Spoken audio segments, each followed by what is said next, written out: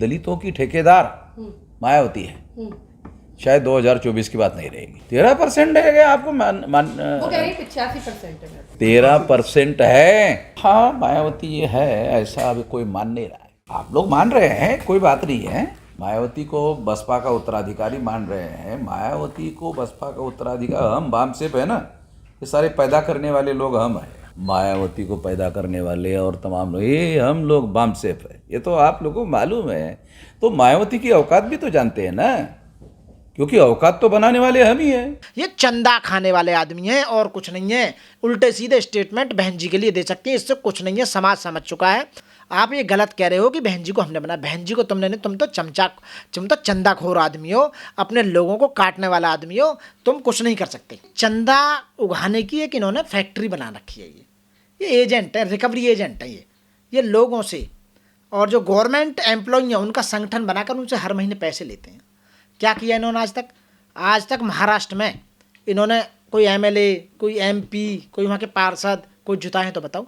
सारे लोग बहन जी के पीछे पड़े हुए हैं, बहुजन समाज पार्टी के पीछे। तुम पागल हो गए हो, तुम्हारी बुद्धि खराब हो गई है क्या? चरने चली गई है तुम्हारी बुद्धि है? अरे लालची लोग हो, चमचा हो, हैं? इतने बड़े चमचा मैंने अपनी लाइफ में कभी देखा नहीं, जितने बड़े तुम चमचा हो रहे हो। सारे लोग अपोजिट पार्टियों से पैसा चंदा लेकर बहन जी के अगेंस्ट खड़े होते हो हर सीट पर।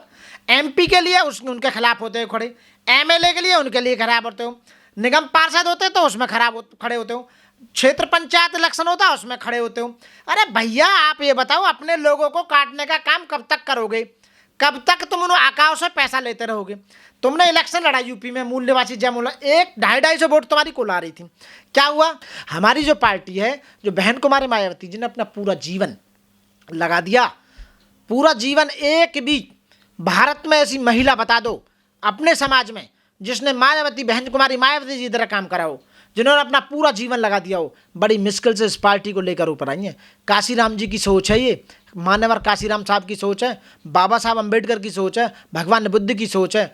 ये हमारे जितने भी महापुरुष हुए उनकी विचारधारा पर टिकी हुई पार्टी है। इसमें कुछ नहीं होने वाला।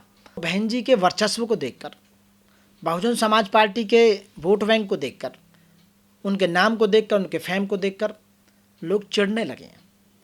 और ये जितनी भी इन्होंने दुकान खोल रखी हैं छोटे मोटे, ने सारे ने, ये वामन मेश्राम जी के बारे में मैं कहना चाहूँगा स्पेशली। ये कभी तो ऐसे स्टेटमेंट देते हैं कि ब्राह्मणों को देश से भगाएंगे, कभी कहते हैं कि हमारा एक एक कार्यकर्ता वोट बूथ पर जाएगा और ईवीएम को तोड़ने का काम करेगा, कभी कहते हैं कि बहन जी की जो पार्टी है वो हमारी वजह से है। कमाल की बात तो यह, अभी जो मैं नीचे जाना चाहूँगा, उसकी तह में जाना चाहूँगा, तो बीजेपी और कांग्रेस, ये जो बड़ी पार्टियां हैं अपने आप को कहती हैं, ये जानबूझकर चंदा देकर ऐसे लोगों को हमारे खिलाफ, हमारी बहन जी के खिलाफ, हमारे राष्ट्र नेता के खिलाफ, हमारी पार्टी के खिलाफ खड़े करते हैं ताकि इनकी वोट कटें। और ये चुनाव में पैसे बांटने का काम, लोगों को भड़काने का काम, लोगों पर केस रजिस्टर्ड कराने का काम, लोगों को दारू पिलाने का काम, ये पैसे बांटने का काम तो इन्हीं के द्वारा कराया जाता है। तो पार्टी से मोटा लेते हैं, मानो किसी से 100 करोड़ ले लिया, नीचे 2-4 करोड़ रुपए खर्च कर दी, बाकी बैठ गए लेके। वो बामसेफ दूसरी है, अब तुम्हारी बामसेफ दूसरी है। एक बामसेफ नहीं है, वो बामसेफ जो बीएसपी बनी थी वो मान्यवर काशीराम साहब द्वारा बनाई गई थी, DS4 बनाई थी, बामसेफ बनाई थी। फिर उसके बाद में 1984 में बहुजन समाज पार्टी बनाई थी। बहन कुमारी मायावती जी के 4 बार मुख्यमंत्री बन गई हैं। तुम आज तक कोई मुख्यमंत्री का तुमने एक नेता भी बनाया हो तो बता दो, एक भी बता दो। बहन जी मायावती जी ने कितने मिनिस्टर बनाए, कितने एमपी बनाए, कितने एमएलए बनाए, कितने निगम पार्षद, कितने क्षेत्र पंचायत आज भी बनाने का काम कर रही है। जो बहुजन समाज पार्टी है, नेता बनाने की फैक्ट्री है। वहाँ से नेता बनकर अपना कद ऊंचा कर फिर अपने आप को बेचने का काम करते हैं तुम जैसे लोग, जो आज भी पार्टी से प्यार करते हैं, बहन जी से प्यार करते हैं, मिशन से प्यार करते हैं, विचारधारा से प्यार करते हैं, हमारे हाथी से प्यार करते हैं, बहुजन समाज पार्टी से प्यार करते हैं। वो आज भी लगे हुए हैं, आज भी बहन जी का साथ नहीं छोड़ेंगे। मैंने कितनी बार बोला, आप लोग, मैं अपने कार्यकर्ताओं से, अपने वोटरों से, अपनी पार्टियों के विचारधारा के लोगों से मैं कहना चाहूँगा कि ऐसे लोगों के बहकावे में ना आए, बहन जी का कंधे से कंधा मिलाकर साथ दें। आने वाले समय में हमारा जो आने वाला चुनाव है वो बहन जी के वर्चस्व का चुनाव होगा। बहन जी को प्रधानमंत्री बनाना है, अच्छा नेता बनाना, और एक बार यदि सत्ता में आ गए तो सब कुछ परिवर्तन कर सकती हैं, क्योंकि सत्ता में बहुत बड़ी पावर होती है। वामन मेश्राम कह रहे हैं कि 24 में खत्म हो जाएंगी बहन जी राजनीति में। हाँ, खत्म कैसे हो जाएंगी भाई? खत्म तो तुम होने वाले हो, तुम्हारी चाल को समझ रहे हैं लोग। तुम जो चमचा हो, तुम जो दुनिया भर का चंदा लेते हो लोगों से, तुम हो रहे हो खत्म। तुमने अपनी पार्टी बना ली, क्या कर लिया? कितने एमएलए एमपी लेकर आए? और छोटे मोटे लोगों ने सबने पार्टी बना ली, क्या कर लिया? अरे अपने घर को तोड़ने का जो काम कर रहे हो तुम, तो इसे मैं कह सकता हूं कि तुम जो है संविधान के विरोधी हो। तुम गद्दार हो, गद्दार, जाति के गद्दार, संविधान के गद्दार, देश के गद्दार, बहुजन समाज पार्टी के गद्दार, बाबा साहब की विचारधारा के गद्दार।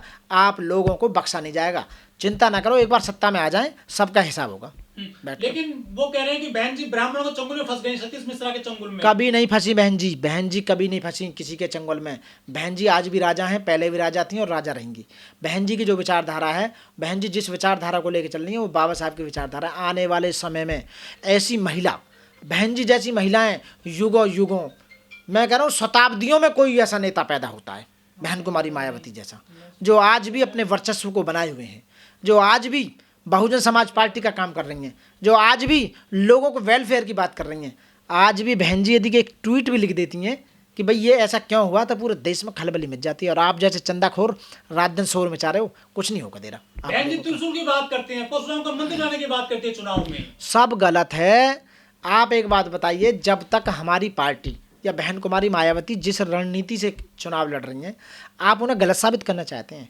बहन जी की विचारधारा जो है, बहन जी का दिमाग है, बहन जी इस पार्टी को लेकर ऊपर आ रही हैं, आप उन्हें गलत साबित करना। कोई कहता बहन जी रोड पे नहीं आ रही, कोई कहता रोड पे आके क्या युवाओं पे, नए नए युवाओं पे, अपने समाज के लोगों पे एफआईआर दर्ज करवा दे। मैं जैसे और पार्टियां 50-50 हज़ार एफआईआर दर्ज करवा रही हैं लोगों पे, तुम्हारी तरह मारपीट करवाएं, तुम्हारी तरफ केस रजिस्टर्ड करवाएं वामन मेश्राम जी की तरह।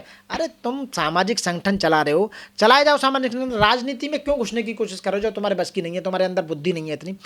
दूसरे नेताओं को टारगेट क्यों कर रहे हो? आप बताइए, सारे नेता पूरे भारत को छोड़कर, पूरे भारत के नेताओं को छोड़कर, पूरे भारत की राजनीतिक पार्टियों को छोड़कर बहन जी के पीछे क्यों पड़े हुए हो भाई? उत्तर प्रदेश में क्यों पड़े हुए हो तुम बताइए। आप ऐसा क्या है जो तुम बहन जी के पीछे पड़ो? सब बहन जी की बुराई कर रहे हैं, सब बहुजन समाज पार्टी की बुराई कर रहे हैं, सारे जितने भी हैं सब बहन जी। इसका मतलब यह है कि तुम प्लानिंग के तहत काम कर रहे हो, षड्यंत्र। तुम असली देशद्रोही हो, असली गद्दार हो तुम, जो बाबा साहब के संविधान के खिलाफ काम कर रहे हो। आप लोगों को भड़काने का काम कर रहे हो, वोट काटने का काम कर रहे हो, अपने समाज को नीचे गिराने का काम कर रहे हो, अशिक्षित बनाने का काम कर रहे हो। सपोर्ट करने की जगह तो गए और तोड़ने का काम कर रहे हो आप। ये गलत काम है, इसको छोड़ दो। वामन मेश्राम कहते हैं कि बसपा को खत्म किया सतीश मिश्रा ने। सतीश मिश्रा जी क्यों खत्म करेंगे? सतीश मिश्रा जी एक छोटे से सिपाही हैं, छोटे से सिपाही हैं सतीश मिश्रा जी। उन्होंने पूरा जीवन, उनका परिवार, उनके बच्चे, उनके सब पार्टी में लगे हुए हैं, पूरी मेहनत के साथ काम कर रहे हैं। अरे आप तो छोड़ के चले गए, दूसरे ने भी काम नहीं करने दोगे? आप लोग तो बिक गए छोटे छोटे पैसे के लिए, चंद पैसे के लिए, चंद कुर्सी के लिए, चंद मकान के लिए, गाड़ियों के लिए आप अपने आप को बेच रहे हो, पूरे संगठन को बेच रहे हो, पूरे संगठन के, पूरे समाज को बेचने का काम कर रहे हो आप लोग। लेकिन वामन मेश्राम ब्राह्मणों को टक्कर दे रहे हैं, मनुवाद से टक्कर ले रहे हैं सर। वो जो वामन मेश्राम है, जो उनके स्टेटमेंट हैं वो बेकार स्टेटमेंट हैं, लोगों को फंसाने, लोगों को भड़काने, लोगों पर एफआईआर दर्ज कराने, लोगों को बर्बाद करने वाले स्टेटमेंट हैं। वो कुछ नहीं कर सकते, केवल चंदाखोर आदमी चंदाखोर। संकी नाक में दम कर देते हैं। कोई संकी, ऐसा संकी नाक में दम नहीं होता। ऐसा माइक पर बोलने से संकी नाक में दम, एक विचारधारा को लेकर चलना पड़ेगा, डोर टू डोर जाना पड़ेगा, कैंपेन करनी पड़ेगी, समझाना पड़ेगा, कैडर देना पड़ेगा, एक एक वोटर को मजबूत करना पड़ेगा, समझाना पड़ेगा। और उतर कर ये जो आप जो पैसे लेने का काम कर रहे हो ना, ये सब जो बकवास कर रहे हो बैठकर, सब कुछ छोड़कर समाज में नीचे उतर के काम करना पड़ेगा, डोर टू डोर जाना पड़ेगा, क्लास लगानी पड़ेंगी, स्कूल खोलने पड़ेंगे, जब जाकर के 10 साल बाद हमारी सत्ता आएगी तुम जैसे आदमियों की। और तुम जैसे आदमी जो चंदाखोर हो गए, जो पैसे खाने का काम कर रहे हो, भड़काने का काम कर रहे हो बहन जी को।